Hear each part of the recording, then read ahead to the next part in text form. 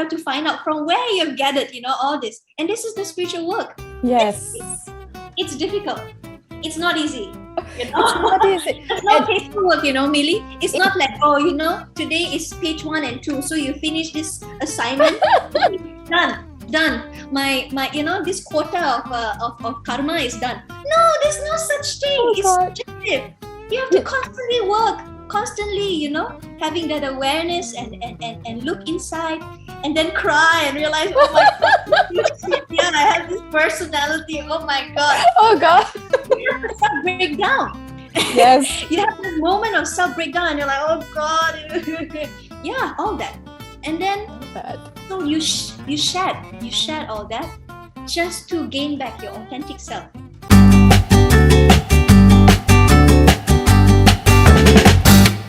When your ego is sort of breaking and your identity is sort of breaking, that moment, that place is a very painful, of course it's painful, because it's like if something sticks to you so much and it's being pulled away, of course there's pain, isn't it?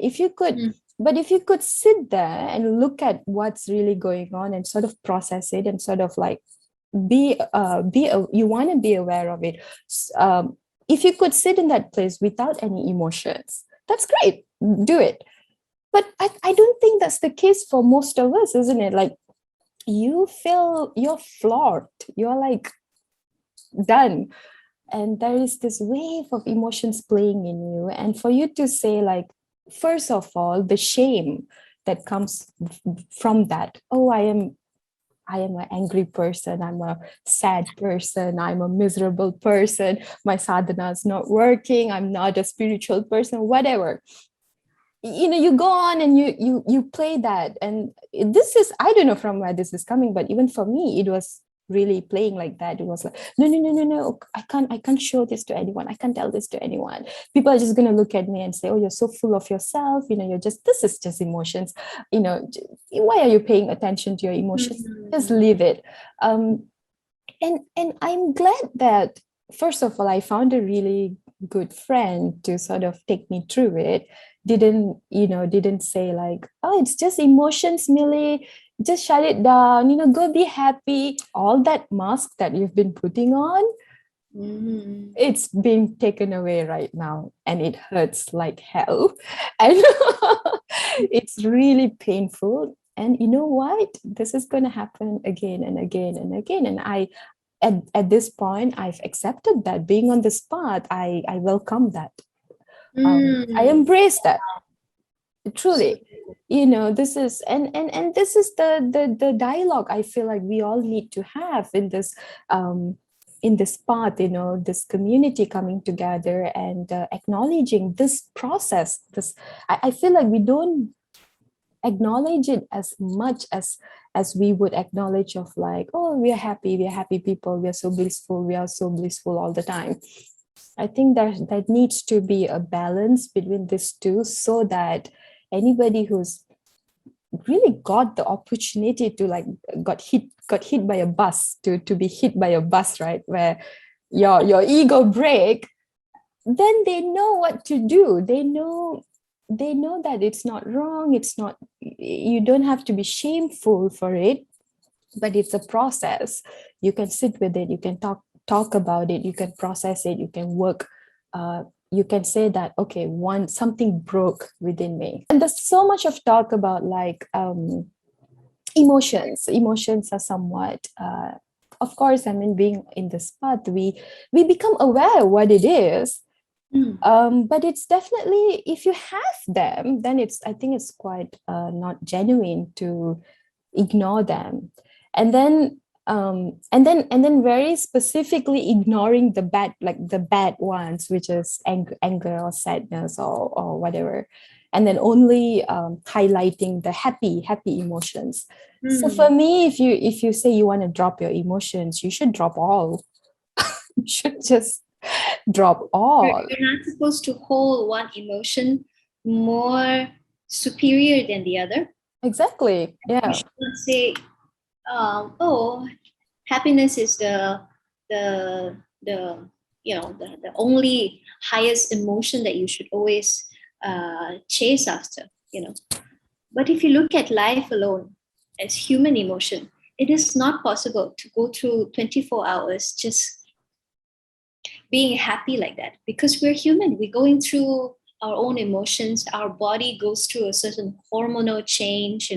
There are ups and downs. For women, we know there's always, today we're like, oh, woohoo, you feel like you're on top of the world. You can go to, you can walk, you can run, you can do any number cycle of Surya Kriya or Surya Shakti, And there are days where you feel just, you feel like my energy is not so as high as yesterday, and today is just like that.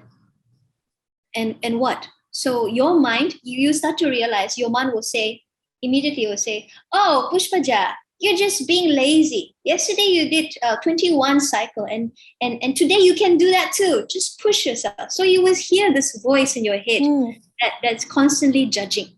All right. And part of this whole practices that we're doing is to be aware of these voices. Just be aware that this voice is just going to comment. It's a commentary. It's a very enthusiastic commentary all the time. So it's always there in your mind and telling you that you're not good enough, telling you that you can do better and all that. But the whole process of our sadhana is actually to really understand this dynamic of the voices in our head and say, yeah, I hear you. I hear what you're saying. But you know what?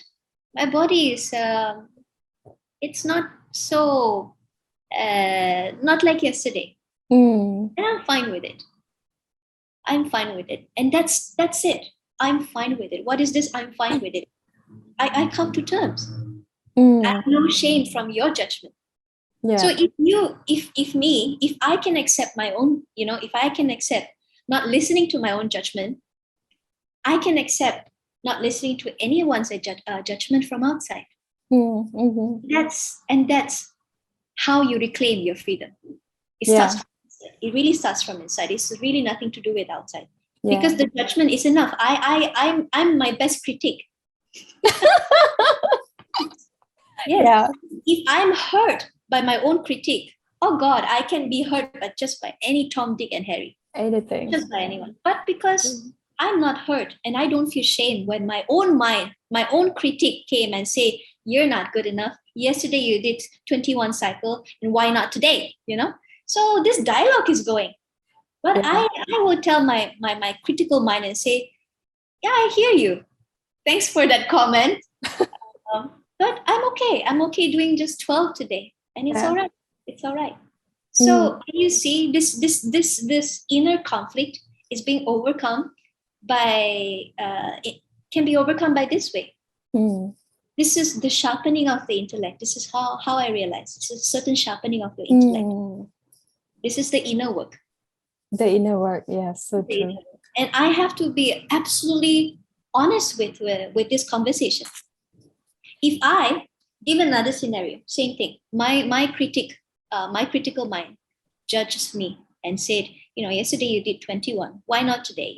Don't be a lazy bug. And I uphold this image of being tough, and I feel shame. So the next feeling I have is shame. Shame. So I feel shame by my own critique, and I'm like, yeah, you're right. I shouldn't. I shouldn't be a wuss. I should just continue 21 cycle. Let's not be a wuss. I'm just. It could very much be me. My ego, not allowing my ego to break down. This is another scenario that could happen. I'm just holding on to that ego. I'm not being open enough or honest with myself and say, it's okay. I'm not going to get a gold medal out of this. I'm not feeling so high. My energy is not so like that. I'm here today, and I'm okay. And this is I call this. This is my realization of Sahaj.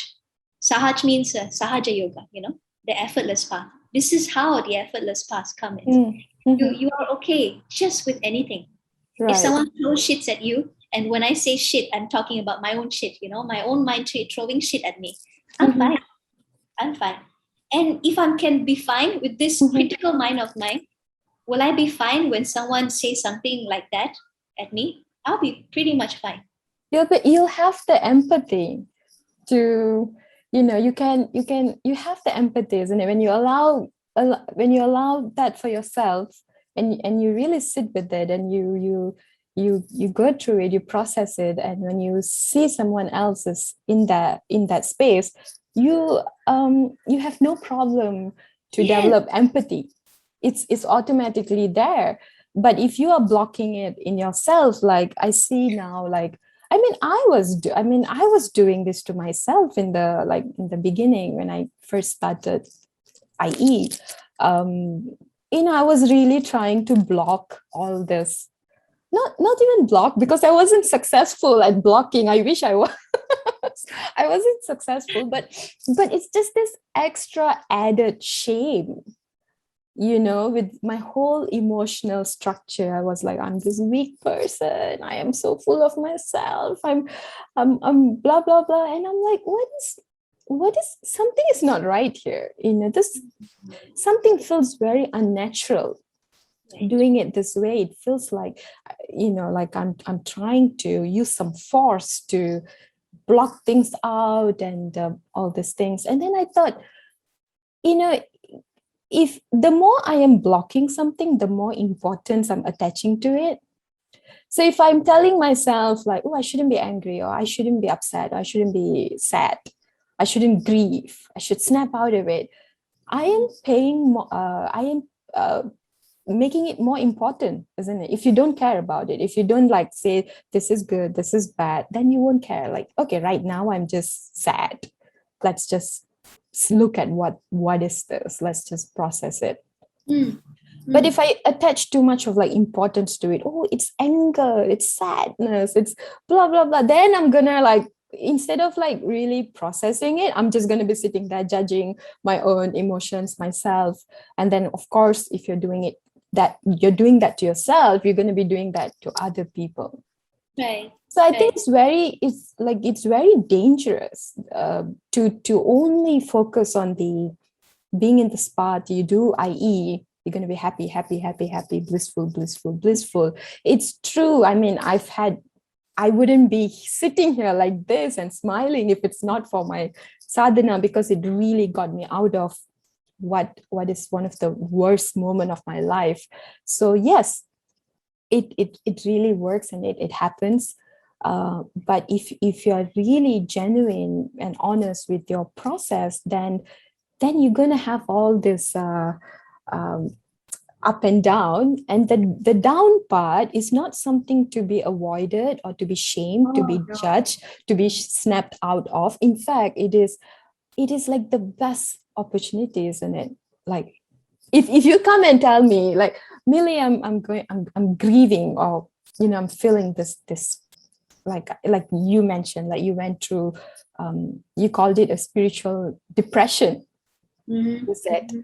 And if you come and tell me that, I think I'll be like, let's sit with that, let's look at it, what's going on, let's be with it, instead of I feel like it's an opportunity for you, because your whole system is telling you either it's processing something, or it's trying to get some things out, it's trying to break something, whatever. But I don't necessarily think that if you have all this quote bad emotions, you're not making progress. It's not progress. I think it is progress. If you're really honest with yourself, I think it is progress. You're letting it out, so when you process it, the thing that if you didn't process it, then it's going to hurt, it's going to sit somewhere in your system, and it's like forever, it just stays there, and you think you've gotten over it, but because you didn't do the work, it's still somewhere there, and you just got really good at pretending like it's not there. Isn't it? Like, you don't want to go. Because I think we're not told that there is a stage of our progress, like we are not told this is where you are right now, and this is what you're going to face, or this is what you're bound to face, and once you face this is where you're going. There is no linear kind of process, because it's subjective, right? It's so subjective. There's no linear process. But even in this subjectivity, there isn't any description to tell you, how is the graph going to go. And we are in this, we are, our education system is so much one-sided. It's so logical all the time. We're so analytical that we don't know how this works beyond the frame of logical mind. So when it comes to like emotion like that, initially when you learn your sadhana, either let's say if it's an engineering process, or you do some simple hatha yoga process, when you started, everyone's experience are bound to be different. Of course, when you see what is being promoted, blissfulness, happiness, all that joyful, of course you want all of that. And I think this is partly why you joined, partly why I joined. Of course. If you're going to tell me if the promotion is such that, you're going to learn this and you're going to be all depressed, you have to face your challenges, you have to face the demon side of your life. Oh, thank you very much. No, thank you. Not for me, baby. I'm going to the bar. No, thank you. Yeah. So that is very important, because it sort of aspire you to want to go to that place of harmony. When they say bliss, happiness, joy, peace, it's a place of harmony. You want that. And I feel every human being was once like that when we are a child. We know the simple understanding of joy. And we long to go back to that kind of time, but we are in this adult body, accumulated all these years of experiences, and at the same time wanting to go back to that space. It's a little hard, because can you imagine the kind of thing that you have accumulated, experiences, all the good experiences, all the bad experiences, whatever, all this taste, sweet, spicy, bitter, all that, but then with all of this, you want to go back to the time where you are just like, a blissful child, So how is that going to fit in to this? Yeah. All of you, and you want that simple joy. There must be a bridge. You have to build that bridge. And that bridge requires you to throw things, or sort out things that is going to weigh you down. Yeah. When you build that bridge, because you have to be so lightweight in order for you to cross or even build this bridge to that space of simple joy, the simple joy that you want. So initially, with the practices that we do, it is not always joy, happy. You will have, I would say, you will have to face that confusion period where you're really confused with, okay, I thought when I do this, I'm going to get, that joy that was guaranteed for me, almost like, where is it? Where is my joy? And that's the confusion, because part of that process is to break down all the false that we have created about ourselves. Yeah. When I say false, I talk about the false image, the false perception, the false emotion that we had, the false value, the false beliefs, the false things that the society have told us. When I say society, that includes our parents, our teachers, and whatnot, whatever you're exposed to, all that breaking down. That's going to take some time, and that's the confusion. So this is the confusion. Can you see? These are the cause of the confusion. But nobody tells us that this is how it is. What they tell you is just, forget about this anger. Just be happy. Just be happy. Yeah. Good. So if you hear that, it becomes a slogan. Yeah. It's like a slogan almost, and I don't think it works. Maybe. Probably it works for a moment. For a moment, Until you realize it doesn't work. until you realize that, oh, wait a minute, this is Yes. and I think as a family, the Isha family, the community, um, it will be nice, if we learn to talk about this a little bit more honestly. And Mhm. I feel this takes a lot of vulnerability and a lot of yeah, uh, uh, genuinity about yourself. If you have not come to that space within yourself, that you're so damn genuine, damn brutally honest within yourself, I don't think you can hold the space to anyone or with anyone. oh yeah, You have oh, to we have to come to this space ourselves, and then we can hold this space with another person. and Otherwise, this word holding space is the best word, and I think this is oh god, we all need to learn to hold space for another seeker. yeah, yeah. I think it's so needed. I think it's the one thing that when I was starting, I was sort of like, well, we are all in this cheering mood to sort of like that, but where is the space for that real work, Vulnerability and that mess and the confusion, and yeah. if it's, for me, when I first came in, I looked at it and I said, oh, there's no such space. It doesn't look, at least it doesn't, to my eye, I didn't see it. And and I really thought something is wrong with me. Like, I'm not supposed to even want that. I'm not supposed to even ask for that. Like, somehow it's something bad. So being in this path, I need to strip down everything, personality, emotions, blah blah blah, and somehow I just need to make it happen. But then I realized, well, okay, I'm aspiring to that. I think we all are, but the journey to get there is, as Hmm. you said, it's confusing, it's messy, it's real stuff. It's real stuff. And that's where I feel like the friendship. I think we wanted to talk about friendship today. Yeah, yeah. We'll get to Mhm. it. I think I think that's where it comes in, that real connection and friendship between us, between the Isha family. We all need to start learning. And also another thing is, the Isha family has so many different cultures, right? So many different people. We are from Malaysia, and when we are talking about Irama, how Right. many things how many things we discovered that was so unique to us, Mm-hmm. to the Mm-hmm. seekers in Malaysia, right?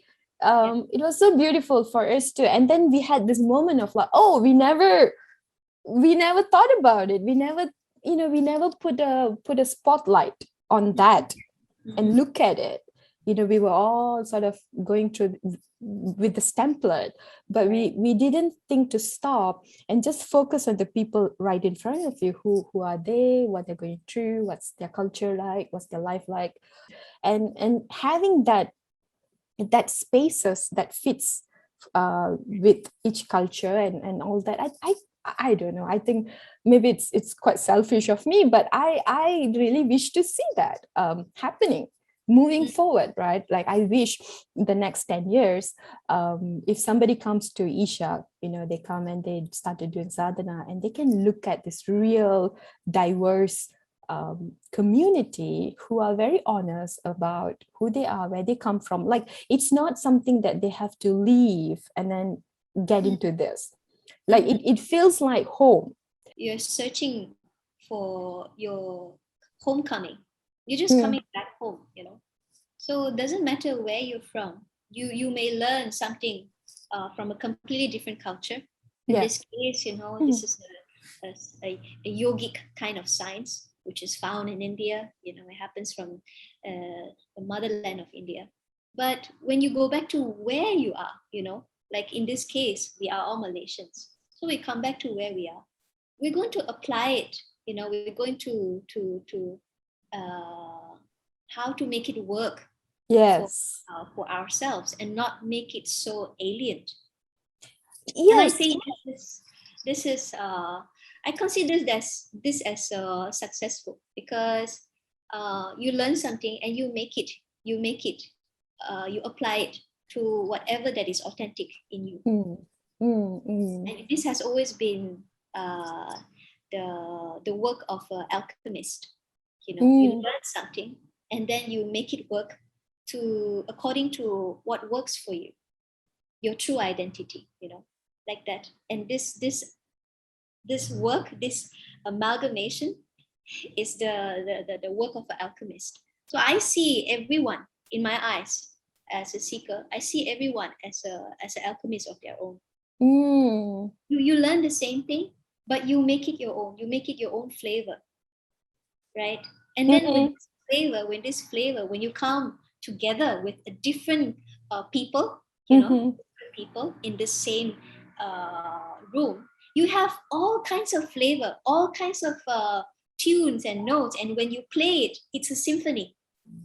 There is a rhythm, there is a flow. Right? Yeah. And this is the beauty, and we celebrate each other's individuality, we embrace everyone with that uniqueness, because you found your home, you found who you are. Yeah. When I say home, you found who you are. And this is, I think, this is so lack in this world today, or even in our community, wherever we go, is that people are afraid to be who they are.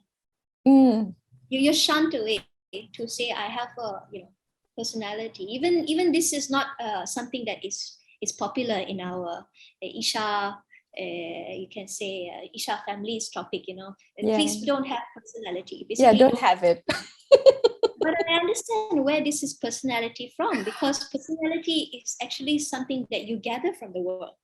When you grow up, you start to have an idol.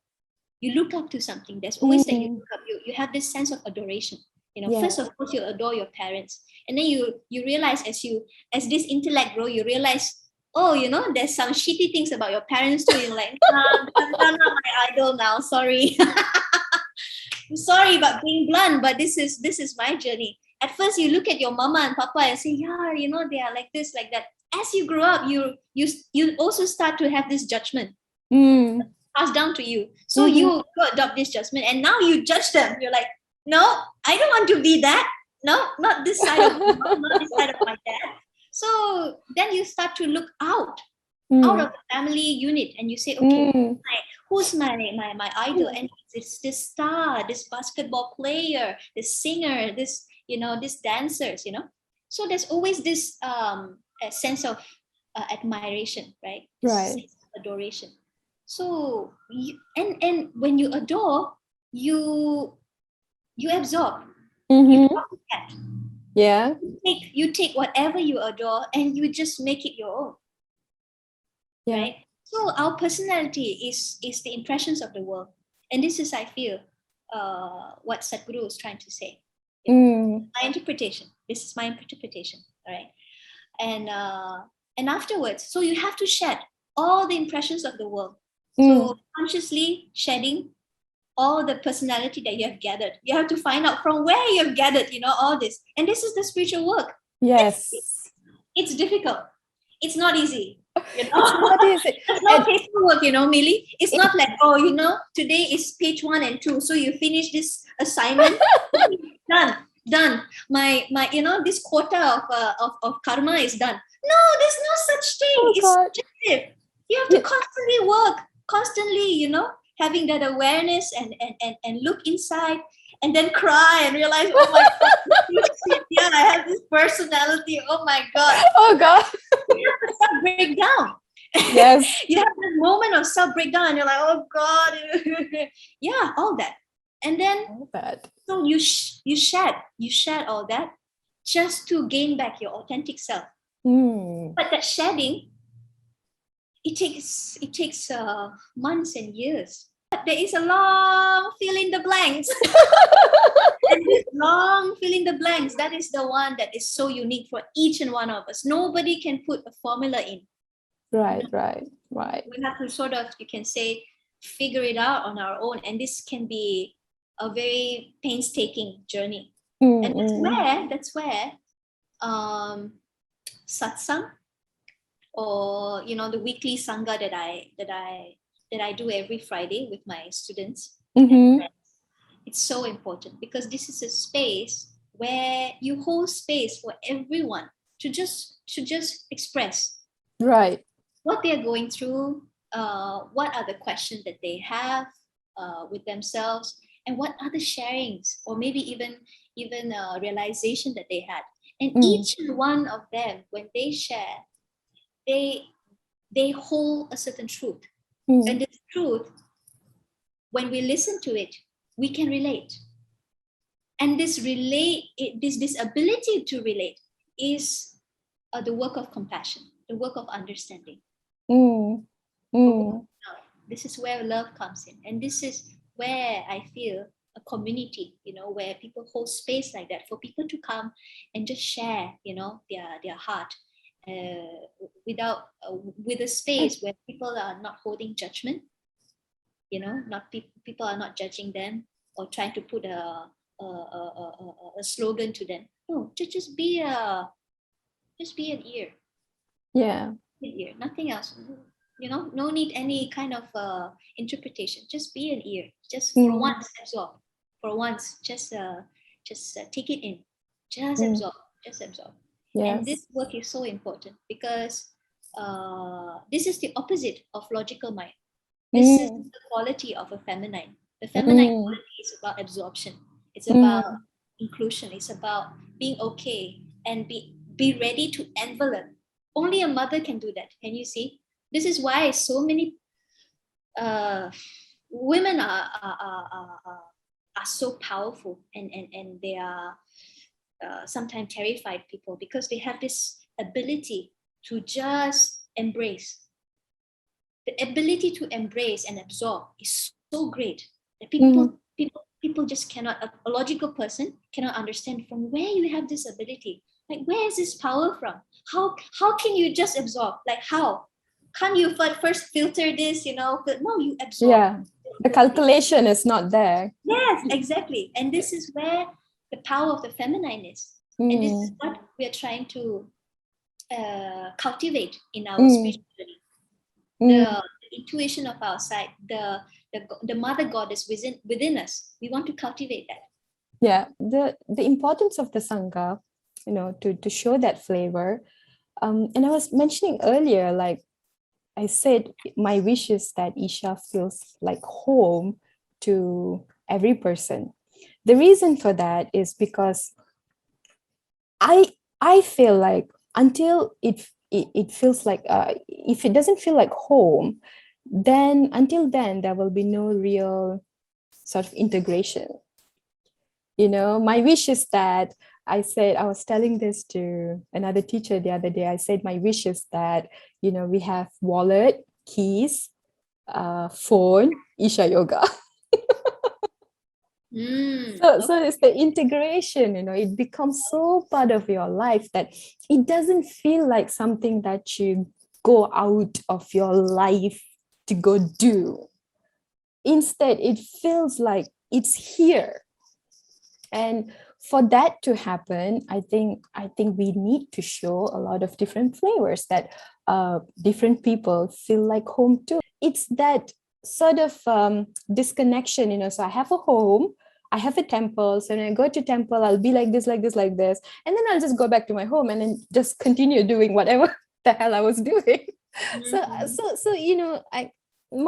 feel like as long as it feels like that, then there is no real integration.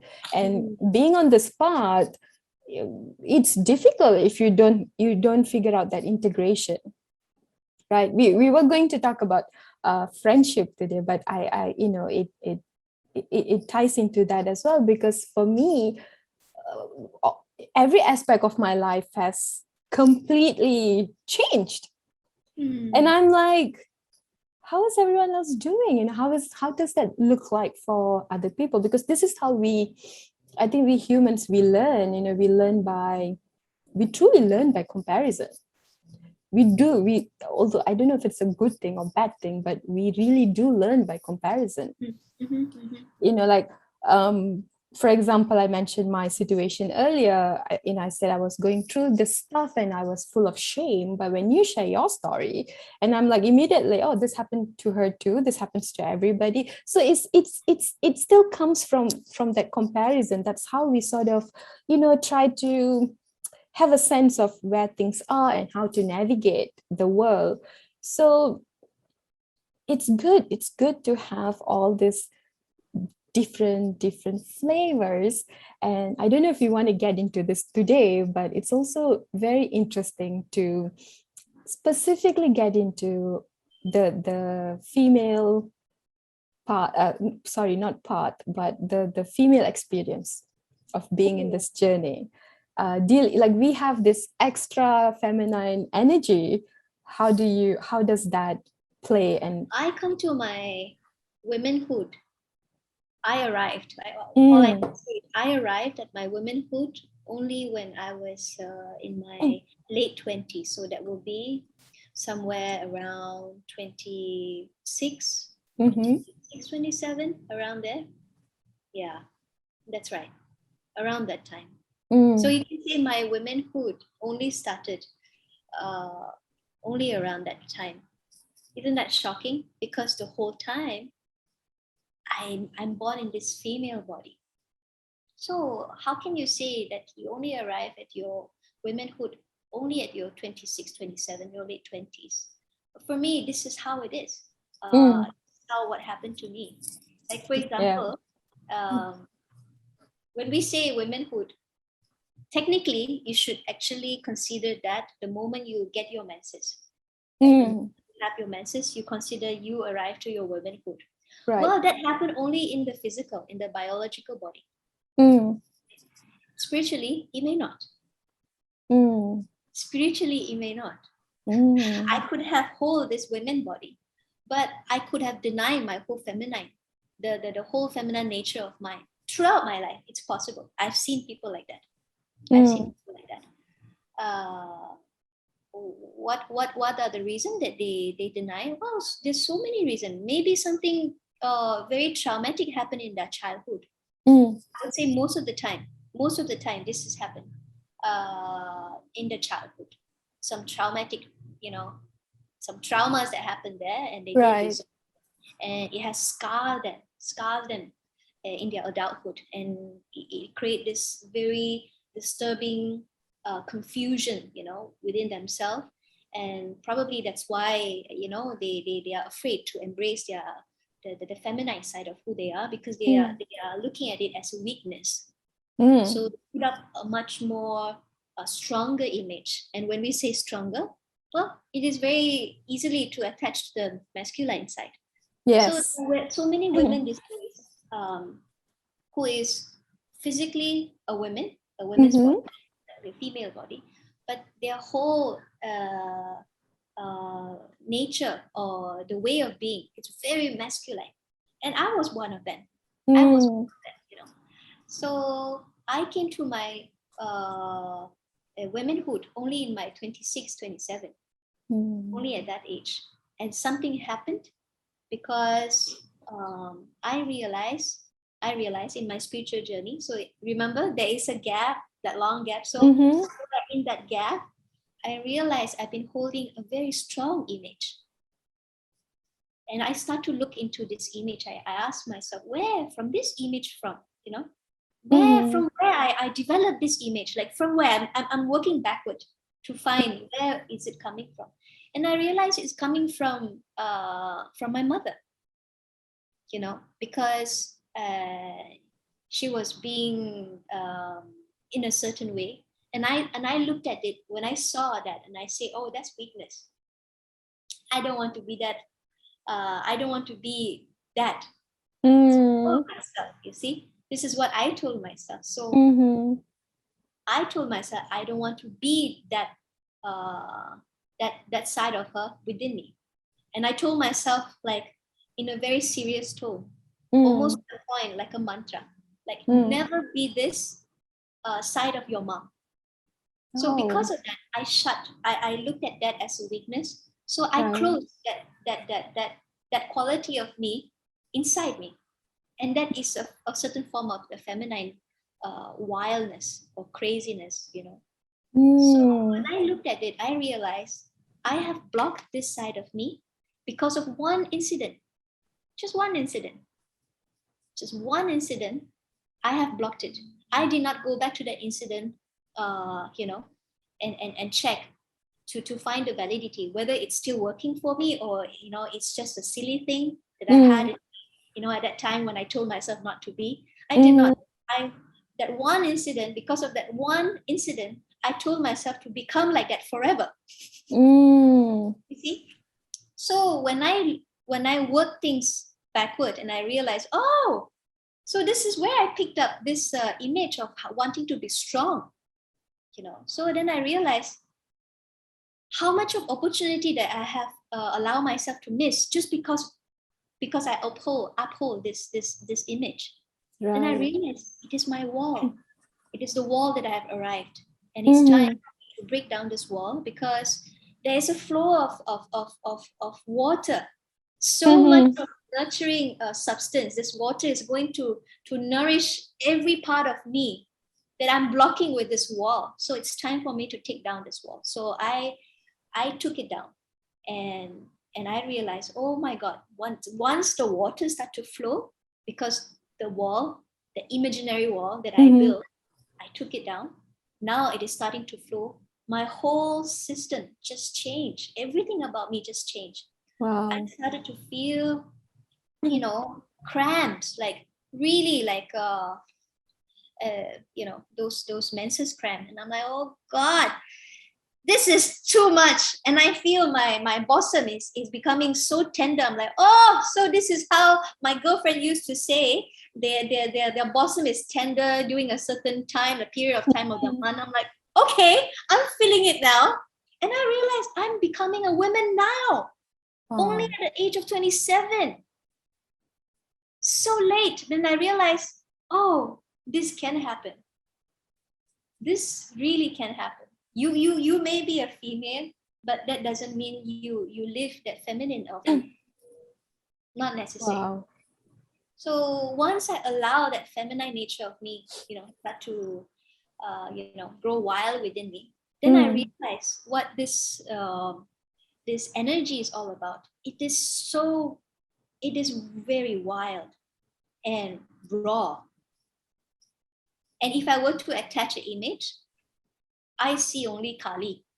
1,000 hands, with 100 hands with hers, or one hand holding a head that has been severe, powerful, wearing a garland full of skulls and human heads and hands and all that, very gory kind of image, and stepping on top of Shiva, all that.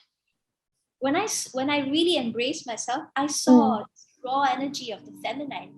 And I realized, my God, this is the mother goddess inside me. And I have denied her because I denied myself of this, because I was afraid. I was feared. I was fearful how people would think of me if I embrace the feminine of who I am. Because the feminine side of who I am is very bold. It doesn't care what other people think. I will say what I want, But the logical side of me is the one that is very civilized. The one who would compromise and say, no, Pushpaja, don't say this. You're going to be rude, you're going to hurt someone. Say that, you're going to not have people to like you. People think you're crazy. People think you're crazy. Let everyone fall in love with you. Okay, let everyone fall in love with you. Be nice. Be the good girl. Good girl. Good lady. Yeah. That's the logical side. But the feminine side of me is say, they don't like me. They can go to hell. That is the boldness, that is the boldness. So when I say this, I'm not saying the context of, being absolutely rebel. No, not like that. But I'm talking about the nature. I'm explaining the nature of the feminine. Yes. It is very bold, very raw, very powerful, very demanding. And that could scare me if I did not sit with it.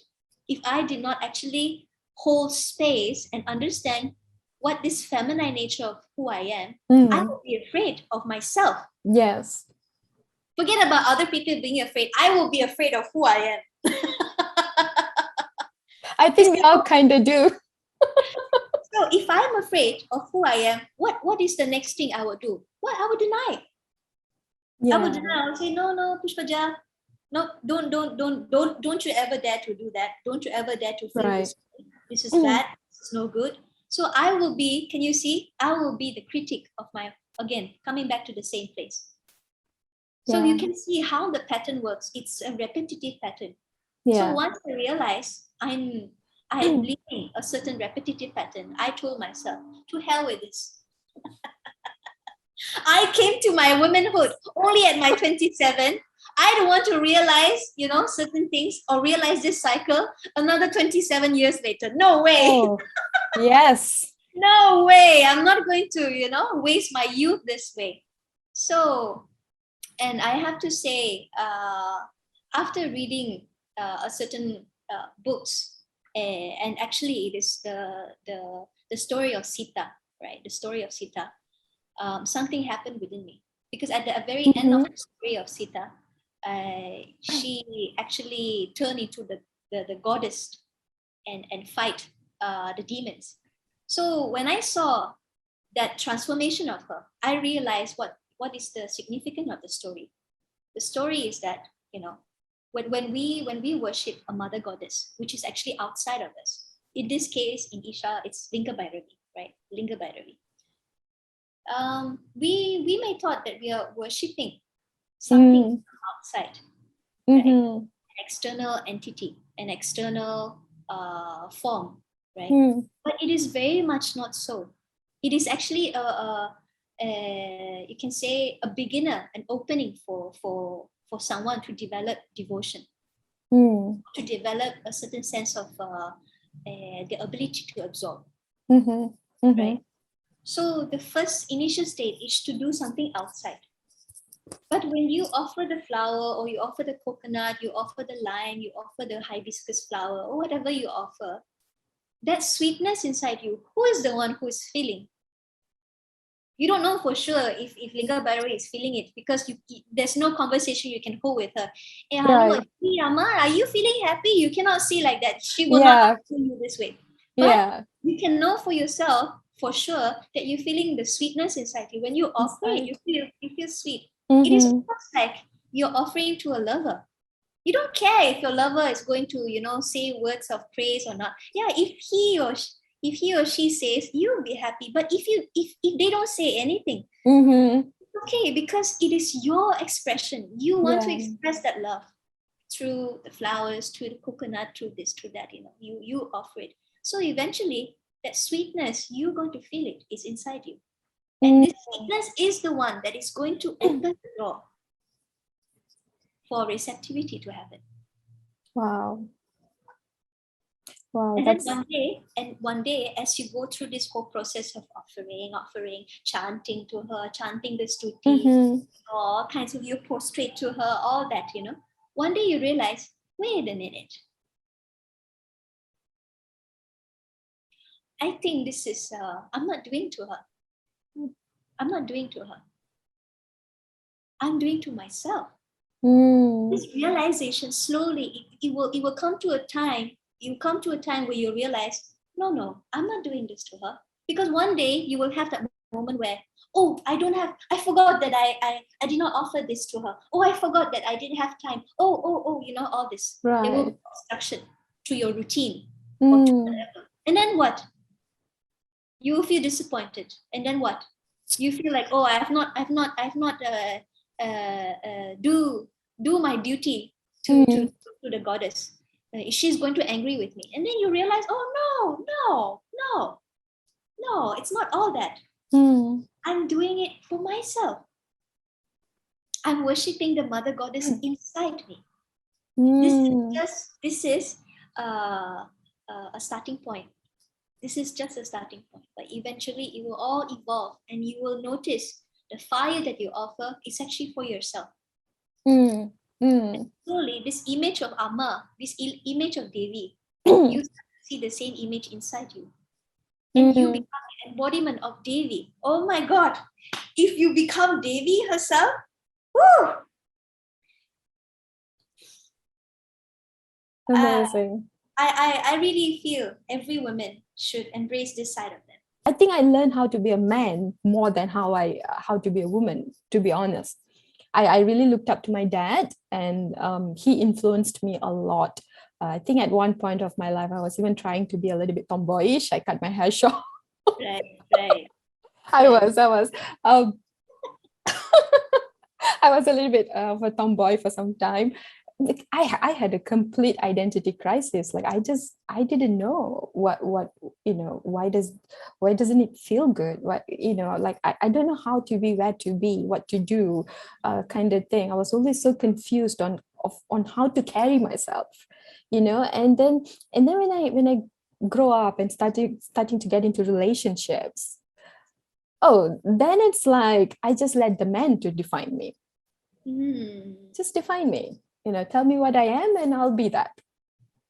Somehow I'm trying to fit into a mold. Give me something to fit into so that I can fit into, because I really didn't know how to carry myself. I don't know. Yeah, I didn't know. So, and I have to say, I think only recently I am really starting to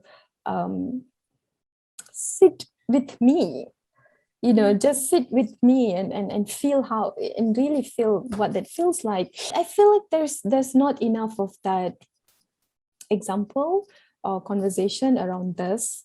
How do you navigate with all of this? And that's why I'm so glad that you are so, you're vulnerable enough, you're brave enough to bring this topic up. I think it's so needed. I think it is so needed. All of our female meditators, I'm sure, because I think I'll be condemned. I think I'll receive a lot of saying that, how dare she say this kind of thing? Who she thinks she is to say all this, but well, the many years of the old me will be so mind. I mean, so I will mind such comment. I will want to play in a good side and be on people's good books, But but these days, oh, thank you very much. I would like to be Pushpaja. And if this is not for you, well, change the channel. Change the channel, exactly. I'm not forcing you to hear what I have to say. This is purely my experience, Yeah. And if you don't want to, if you don't like what I have to say, and it's okay. Really, it's okay, because you don't have to really like what I have to say. Go and discover on your own. And find I think we have enough of theories. I think we have enough of quoting from a book.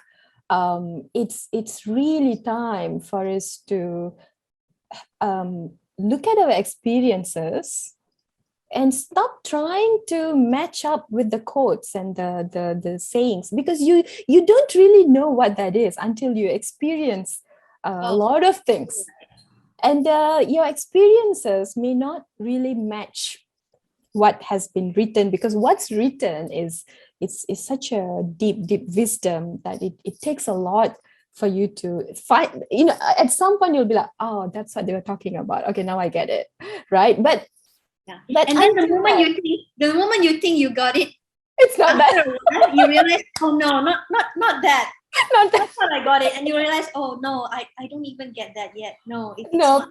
So it's just breaking layers and layers of of you think who you are, to the point where you realize, you know what?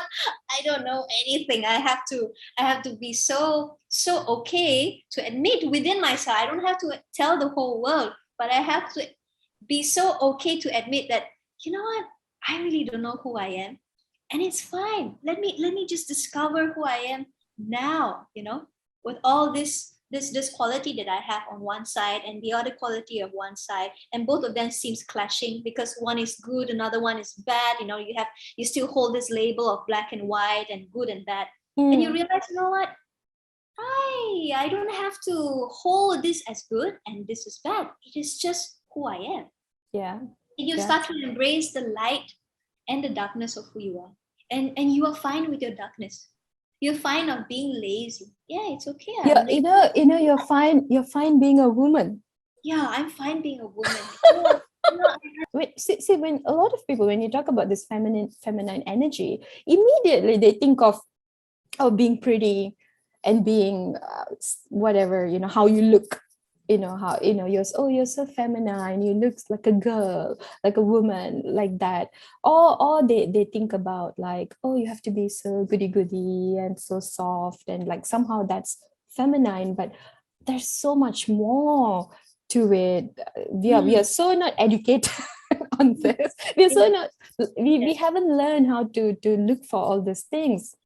Like we were talking about this the other day. You said that there is this chaotic sort of energy which is explosive, and it's so powerful. And I don't think we are taught to suppress it, for sure, but we are not taught to sit with it. Yeah. And then and try to see what is it all about. What is its expression? What is the creativity behind this wild, chaotic, powerful force? And how did it manifest in the body? We're not taught this way. We are never taught this way. And therefore, you can see women are so grumpy. They are, for me, whenever I look at a woman, most of the time, I see a half project, like something missing almost. You see there's something sort of dry. There's a dryness. That was who I was, because I blocked that stream of water. You see, that was who I was. The dryness, and in that dryness, you cannot explore further spiritually. You will come to a block. You come to a plateau, because then you will have to realize that you have to release the kraken of the women, the feminine. You have to release the Shakti inside you. And to do that, you have to come to terms inside you, within who you are. Now and then, suddenly you see a woman who, really carries that beautiful energy, and you yourself go like, oh my God, so attractive. Like you can't help but to sort of be really attracted to them, right? But it's not something that you see a lot often. Now and then you see one person and you're like, oh, wow, she, the way she carries herself. And again, I'm not talking about beauty, like the external beauty, what they're wearing and how they are. No, this is a kind of energy, a vibe that woman has. But I think it's always, most of the time, we are just really taught to suppress it a lot. Absolutely. And I'm so glad because with you, you just bring all of this to the table, and I feel like, thank God, like, because I was searching for this. I was searching for a friend, a friendship, another seeker, genuine seeker, to have this kind of conversations with, in a real, honest, mature conversation about navigating our life, who we are, while being on the spot. And that's why when you said get candid with Pushpaja, I said, you know what, I'm gonna get candid, and I'm going to talk about my own experience, and I'm gonna forget about the books. I'm going to forget about the theory, the books, the quotes, the whatever. And I'm just gonna get into myself, and I'm going to just talk from experience. I'm not saying that this is right or wrong. Like, obviously, like I'm a work in progress, but that's what we needed to hear. We needed to, we need this kind of more genuine and a bit more of a womanhood in the Isha family, I think. I'm so glad. Feminine energy, it's something else. It's so different, and it's not just in women. It's also in men. Have you Mike, I've just recently, like, I've been, because after Isha, I'm starting to recognize this feminine energy in men. Doesn't matter how old they are, but it's so beautiful. It's Oh, so beautiful. the number one person here is Sadhguru. Yeah. Yeah. Yes. He is. He may be a male in his body, but look at him. He is He's a mother. flower. He's a flower of the feminine. He is the flowering, the epitome of the feminine flower in the man. Mm, I say mm, man, I'm talking about not just men mm, as in terms of female, male, when I say men as in humanity, in human. mm, But of mhm, course, it's even more interesting because he is a male body, but he's the flowering, he's the epitome of the flowering of the feminine energy in a male body. mm, Every guru, I always see that this has happened. They transform the inner, mm, they wake, they embrace the mother goddess. They have become the mother goddess themselves. mm. Actually, the best person here is really Sadhguru. He is a mother. He is the mother, the mother. So it becomes even more important and even more interesting for me being on this path and then exploring womanhood, and a lot of other aspect of my life as well. Friendship is one that I am at a phase where I'm really enjoying friendship, relearning everything. um it's not at all what I thought it was. I'm still learning. I still don't know what it is, but it's beautiful. um it's definitely not what we are taught, um like what we are taught. Friendship is something else, and I'm rediscovering it at this point. Yeah. Even the relationship that we hold with ourselves, that itself Mm. is a friendship. It's a certain, Mm. you know.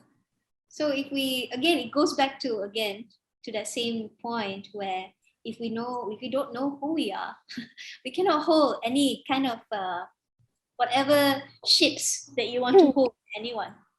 Yeah, so true. And I think that's why my friendship has changed a lot, because I changed. And who I am now, how I carry myself, I think I'm getting to know myself a lot more. So that really changes how I am with people. It's such a difference, like so much of a difference from where I was to now. So much of a difference, all because I started to be more and more myself. I started to, it's like go in and inward more and more. It's almost like a process of integration. Almost, you can really feel it. Like, Yeah. Oh, like before this, you're like sort of separated. You're that's that sort of separation, and then now you can feel it's sort of like coming together, and you can oh, feel you're becoming more and more whole, oh and my. that changes everything. That's why I wanted. I was really excited when you said, let's talk about friendship, uh, Yeah. because it's one aspect of my life that I was neglecting for so long, and then now I'm like, whoa, it is probably the most important, because it's the base. It's the base of everything. You want to find friendship with your mom, you want to find friendship with your dad, you want to find friendship with your kids, you want to find friendship with and this is funny because I think we use the word friend quite generously. Like, if you just know someone, oh, they're my friend. I think I think I think you can be friendly with a lot of people, but to hold friendship with somebody, for me right now, it's like up here. It's like the bar is really raised, because not because like I raised it, because I became aware of what it is. Before this, it was like here, it was like just anybody. Oh, they're my friend, my friend, my friend, my friend. And then I never thought to like um, really be aware of friendship, which is something else. I want to hear you talk about like about friendship, like what What I mean. about Yeah. what about friendship? So I mean, how do you look at it? What does it mean to you? What does it mean to you? Friendship is someone that you can totally be who you are. Mm. This is really what friendship is all about. You can be who you are. You can be the everything that you are, including the light and the darkness. Mm. And this connection that you hold, this person is not going to judge you. Mm. This person is may not necessarily understand the whole of you. He or she may not. Because it's impossible to find someone to totally understand you. No, they may not understand the whole of you. But for them, it doesn't matter. Because when they see you, they hold the relationship as sacred. And this is where it's very beautiful. They hold your presence as someone very sacred. It's very rare to find this kind of relationship, because this kind of friendship requires that the other person also are very comfortable at their own skin. They themselves also, it's very comfortable at their own skin. Whether they are in the spiritual path or not, doesn't matter. But they are very comfortable at their own skin. So when they come in your presence, they are able to celebrate just the way who you are, because they like to be celebrated that way. So when you come to their presence, they celebrate also the way they like to be celebrated. And that's where the flow of conversation comes. You may not have even the same interest on the same topic. He or she may not be into spirituality, either. But you're able to hold conversation, because there is so much of there is this space that you're allowing each other to become, to just be. Oh, yeah. Now, wow, that is beautiful. That is beautiful. For me, I love that. It's very rare for me to find this kind of friendship. And I have to say, especially in Malaysia, I only had a handful, like really a handful. And most of them, all of them actually, sorry, not most of, all of them are way elder than me. They're like in their 50s, in their 60s, my kind of people.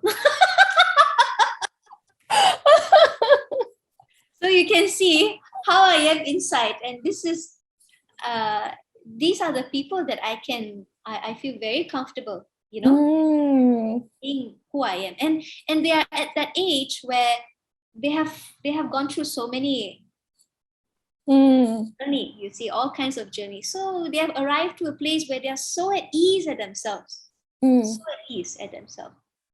So these are the friendship that I hold. But I have a lot of friendship like this outside of the country. They are not here in Malaysia. They are outside of this country. But I'm very glad I found you, Millie. I'm so glad, because we are both in the same age, almost. we are almost same age. So maybe we are just all ladies inside. Yes.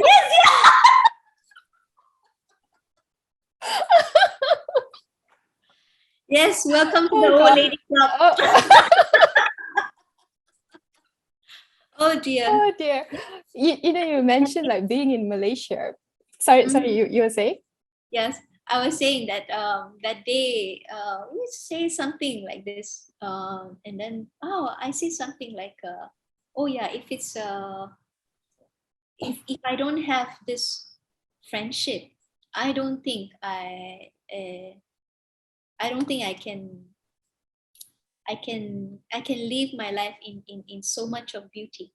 It is this connection that I always seek, apart from the connection to myself, but it is connection with that I seek. This kind of connection, like me and you right now. It's so rare. I may not have a life partner, and it's okay. But I don't have a friendship. Oh no. No. Yeah.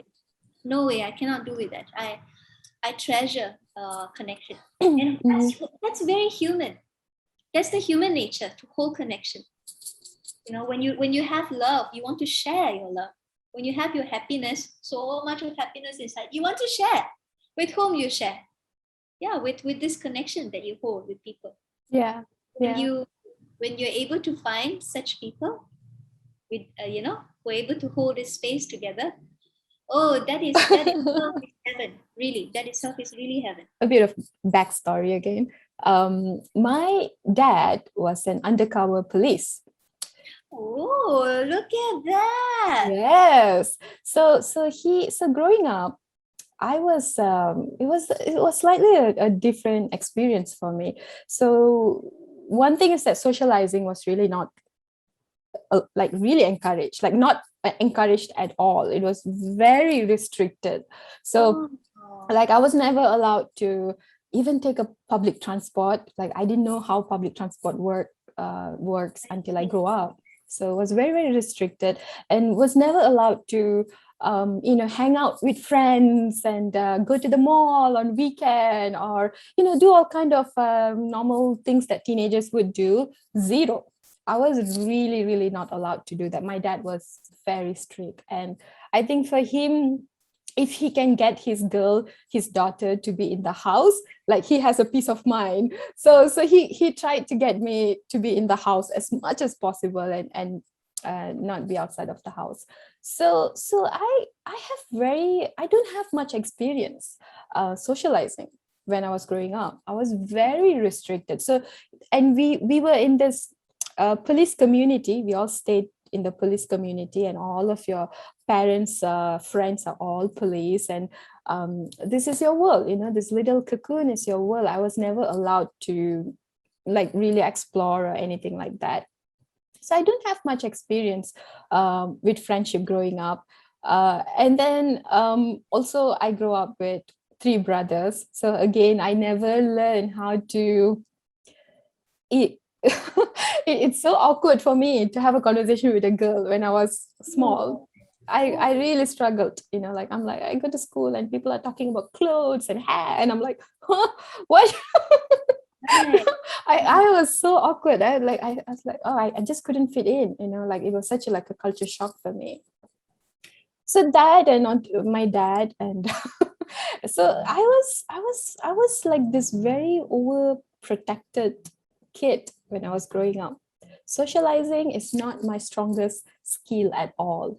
I didn't care about it much. As I said earlier, like I neglected this aspect in my life for such a long time, because I didn't see, like it just didn't register in my head that it's so important.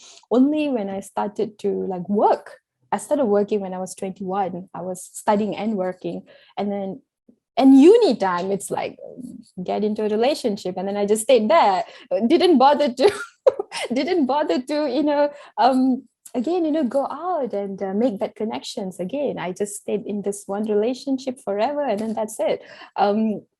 So I only started to like really realize the importance of real connection, like this friendship, like much later in my life, like probably like mid-20s. That's when I realized, like, oh my God, how important it is for me to know how to connect to people, for me to have the support system around me, like people that I can trust. Also another thing, because my dad was an undercover police, if you're a police kid, I think they can relate. You really have trouble trusting people, like to an extreme, because it's really ingrained in you to like never to, like. So my dad, he's really good at his job, and as a policeman, that it's not like they go out of the house and they become a police. They are a police all the time. He was more of a policeman to me Like than a dad. occupational hazard, yeah. Yes, yes. So he has this nature where everything, the suspicion comes first, because Mm. because they're so trained to be like that, and he's amazing at his job. They build that instinct to recognize, to sort of read people, so they're always suspicious. They're always looking for what can go wrong. Right. And this is a part of their training. So that vibe was so present in the house, because my dad is he has this huge presence. By the way, I'm making him sound really bad. My dad is my hero, my champion. I love him so much. I growing up, I thought he was the coolest person, and he has the coolest job on the planet. So it was a really good relationship with him. But that was the setup. So don't trust people. Be always very, very suspicious. Be very guarded. So I really turned out to become like this introvert, like this really shy, quiet, introverted, guarded person. And it didn't register in my head that I need to break free from this. I need to go and start making connections, because that's how I'm going to learn about myself. I was actually quite happy being like that. I was just, I'm like happy doing my own things. I wasn't complaining at all. But yeah, when I started to work, that's when I realized, and at that time it was so hard to make friends already, because everybody has their own gang and their own stuff, and they have their childhood friends. I had a few, still have, but they're all over the place. We don't get to like really connect like on a daily basis. I have friends, but not like this kind of connection that I know what you mean. I have friends, like there are friends, like I'm friendly to a lot of people. There are friends, but I think I'm always looking for this kind of connection. I was always looking. Something that is very, something that you can go very deep, something that you can, something or someone who allows you to just open up all your Pandora box. And you feel comfortable Yes. doing that with that person. So I was always looking for this kind of connection. And I think I tried to look for this in my relationships with men, and that doesn't end up well, because you have this need. So of course it's not gonna be so good. Anyways, so I didn't, so I didn't learn much about friendship at all. But I always observe people. And what I've always seen is that people compartmentalize friendship.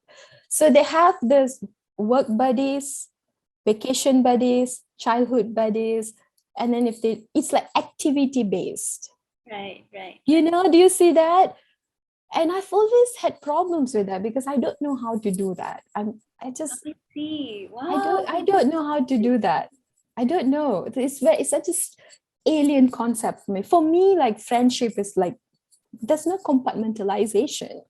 If you're my weekend buddy, like vacation buddy, work buddy, then you're my colleague. You're not my friend. That's why I said I think we use the word friend quite generously, that it's like a catch-all word. And I've always tried to raise the bar higher, and I say like friendship is a lot more. It's actually too beautiful, and it's a lot more than how we are treating our like friends. So that's my story when it comes to friendship. Not much experience, still learning so much. Very interesting, Millie, because I think this is probably one of my first time listening how a person define friendship, because obviously we don't hold such a topic, right? This kind of discussion. So this is actually really my first time listening how, like, you don't see friendship as something that you label as, holiday friend, then some activity. You see those as activity. And when you see friendship, you value that something that is very deep, and you don't know how to put them in this label. That's very interesting. For me, I never see it this way. That's why it's interesting. That's why it's interesting, because I never see it this way. And this is very interesting of you putting it this way, because see, everyone has their flavor, right? And it's very interesting how people see things. And that's how we celebrate each other. Any relationship, including friendship, I think one should always hold like a precious thing. And this person always evolve, just as you and me. I'm constantly changing myself, and you as well, because we are in this journey of searching. We are searching who we are. So each time when we come together, actually I'm seeing whole new Millie. I cannot assume just yesterday and today you're the same person. No. It's the same people, but it's a different content inside. I have to have this sensitivity. Yes, And yes. this is where you can hold a relationship. It doesn't matter friendship, whatever relationship, boys, girls, men, women, or even with your pets. Okay, really, even with my cat Mira, I realized she is very different. Even a month ago, she's completely different, and now a month later, she's someone else to me. That closeness, it's keep revealing. I'm still in awe that even animal shows their affection Mm, in a very different way as time goes by. mm, So if it's happened with animal, come on, with human, with so much of complexity in human being, mm, you must have that kind of sensitivity, right? mm, Otherwise, no way you're going to make any relationship stale. mm, No, mm, no, mm, that's mm, not how. That's not how a good lover is. That's not how I see a good yogi or yogini is. No, I see a good yogi and a good yogi. When I say good, again, I'm not putting in the label of bad and good. But when I say good, I meant someone who is very wholesome. So a good yogini, a good yogi is someone who are able to hold moments like that everywhere and every time with anyone, anywhere they go. That mm. sensitivity is on all the time. That button of sensitivity is on. When you're sensitive, you're compassionate. You're loving all the time. You may be angry, because we have to be angry on that particular thing, but you're still loving. Can you see Yeah. that it's almost like a conflict? There's no conflict. It Mm-hmm. is this is how everything gel. There's no one way, everything works like a box. Oh, you're angry means I have to be angry, now I No. don't love you anymore. No, it's not like that. I'm angry at you because of that matter, but not as Yeah. person. With Mm, person, I'm not angry at you. I love you. I mm, care for you. mm, But with that matter, I have to attend to that matter. mm, mm, I'm mm, not mm. angry at that person. Don't be personal. So this is something that is very difficult in today's world. This is so beautiful. And I feel like I'm only now discovering this for sure. If you have that one person, if you found in this world that you have Mm. one person like that, very fortunate. Very, yes, really, very fortunate. And even this person is not next to you or close to you, this person is maybe far away, overseas or somewhere. Yeah. Uh, Mm, that doesn't change the degree of the connection. If you mm. have that one person in your life like this, I consider that very fortunate. Very Very, fortunate. Yeah. yeah, very Yeah. fortunate. Because friend like that, you don't need many. One One is is enough. you have one. Woo, that's it. You have the cream, the top of the cream. The cream of Yeah. the cream. It's amazing. Yeah, Oh, I'm so happy that I've forged this connection with you. oh. Very beautiful, beautiful connection, and I really celebrate this. Thank you Mm-hmm. for coming to my life, Millie. Really. Oh. It's the same. It's the same, and I didn't expect for this. It was, we were just working together, and then somehow, but I think it has a lot to do with how open you are. Oh, You are so open, and it just hit me. It really just hit me. And I was like, I'm so happy. whoa. I'm so glad that I've done my work. I've done my searching inside. I'm someone who's constantly looking to go beyond myself. Mm, Like if I found my wall, I would say no, no, no. I'm not going to stay here. I'm going to want to see what's beyond this wall. I'm very restless in that sense. I'm mhm, very restless. So I always want to see what is beyond me. So I'm constantly not satisfying where I am. mm, Still, there is so much of Pushpaja that I can discover. And if I did not in this life, I'm the one who is losing. Rugi, very rugi. So no, no, no. I say no, no. Like this life is so amazing. I mean, when I say amazing, I have found, through Sadhguru, I have found so many things about myself mm, that is worth sharing, that is mm, worth celebrating, that is worth being, So as I go through this journey, I gain the momentum of adventure. And what is this adventure? This adventure is just to really discover where is my peak and where is my valley. I want to hit the peak and I also want to hit the valley. It's not always just about the peak. It's also about the valley, because there's no peak if you don't know the valleys. Oh yes. You know this too. Yeah. To taste everything on all spectrum. So I become very greedy like that. Yes, I become greedy. I become I become greedy. I want to know everything now. And I realize with my age, I'm 33 right now, and I'm realizing it's a little cruel with time, because women, I feel, especially women, our youth really, I think you know what I'm talking about. Right now I was thinking, I'm like 23. Oh God, I knew all this when I was like in my 20s. Like, what did I do in my 20s? I've been wasting all my time.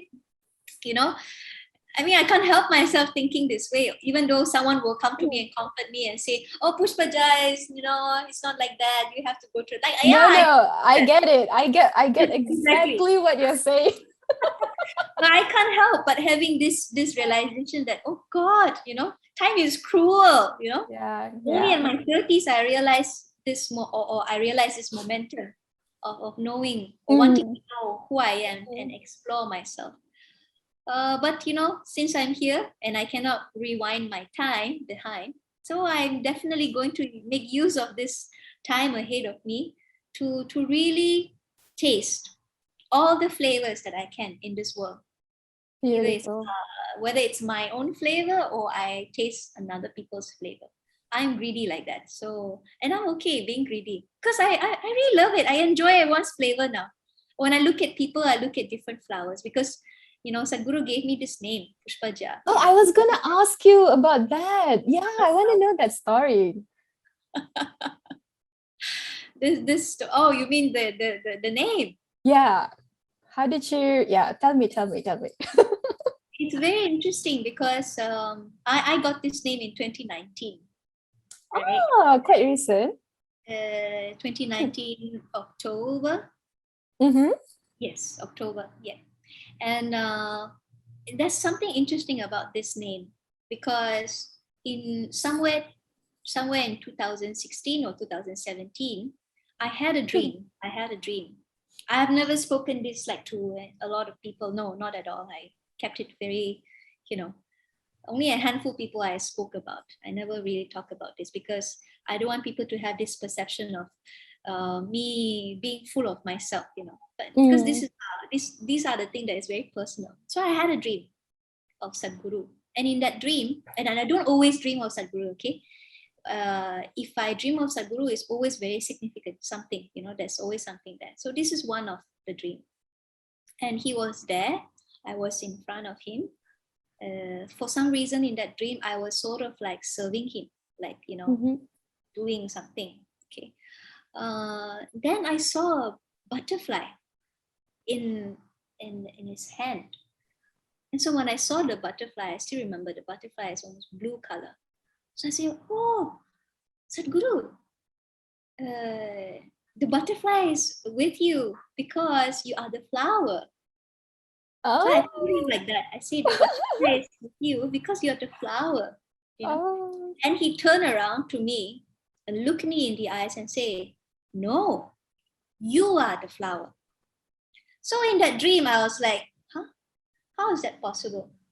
So I woke up, but I woke up with this intrigue, until for a long time, I've been having question marks. Why did he say I'm the flower?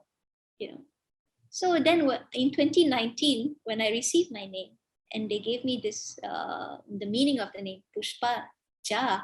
Ja means born out of. Pushpa means flower. Born out of flower. Then it clicked and I'm like, oh God. So for a long time, he has already been telling me something, but I don't have the understanding. I don't have the insight. But he was telling me I'm the flower. Oh. And when I received this name, I'm like, oh God, oh goodness. So this either can be a coincidence or it has been, what he was been telling me long time ago, but I didn't get it. Of course, I won't try to feel this way, Otherwise, I'll be too full of myself. Oh, Sadhguru is telling me oh God, fanning my ego, that's not good. So it's very interesting because that dream was really funny. I mean, it's very strange because he turned around and looked at me like really seriously and said, no, you're the flower. I'm like, okay. Why he say that? Okay, fine, all right. But I didn't make out anything out of that because I thought I couldn't crack the code. So I just left it there. When I received that name, I was all smiling, really. From one side, one ear to another. I was smiling the whole night. And the whole night, I was just mentioning my name. I called my name, Pushpaja, Pushpaja. And I went to bed. I remember going to bed, just calling my name. Just calling my name. And how did I actually got this name is because in 2019, like the beginning, or even the previous year, 2018, I start to feel very far from my whenever someone called me my old name, I start to feel very far. Like yeah, it's actually me. I have to tell myself that they're calling me. So it is very strange. I never had this calling that I want to change my name, and I don't even understand why people want to change their name. Actually, I was that person, So afterwards, I realized, oh, okay, maybe that's why people want to have a different name. So I told myself, okay, all right, I feel a distance now. Maybe this is the time. So I applied, and I got it. They reply me in October. So that's how I got my name, Pushpaja. Wow, amazing. And ever since then, I see everyone as a flower. I can't help but to see everyone as flower because because the sole purpose of a plant is really to flower. Where there's flowering, there's fruiting. Without the flower, there comes no fruit. You need to first have flower. Oi. Imagine you flower. Whoa, doesn't matter what seed you are given, but you flower. And that's the whole purpose. You need to flower. That's like the peak of the expression of the plant. All the senses, all the most potent part is in the sense of the flower, because there is where the pollination happens. That's where when you attract everything that comes to you to create life. So when I see people, I always see people in terms of flower. So when I see everyone, like I see you, I always say I see you as a bold bunga raya, a hibiscus, a red bold hibiscus, and that's how you are. Oh. In my eyes, when I see people, I see in terms of flower. Oh my God. How nice is my experience. Everyone I go, I see flower. Ooh. Flower. Thank you so much for joining us with, this show. It's called Candid with Pushpaja. And if you like it, give a thumbs up. And I hope you you're going to stay tuned and continue. There's going to be other guests, right? There's going to be other guests, other episodes where everyone just get candid with Pushpaja.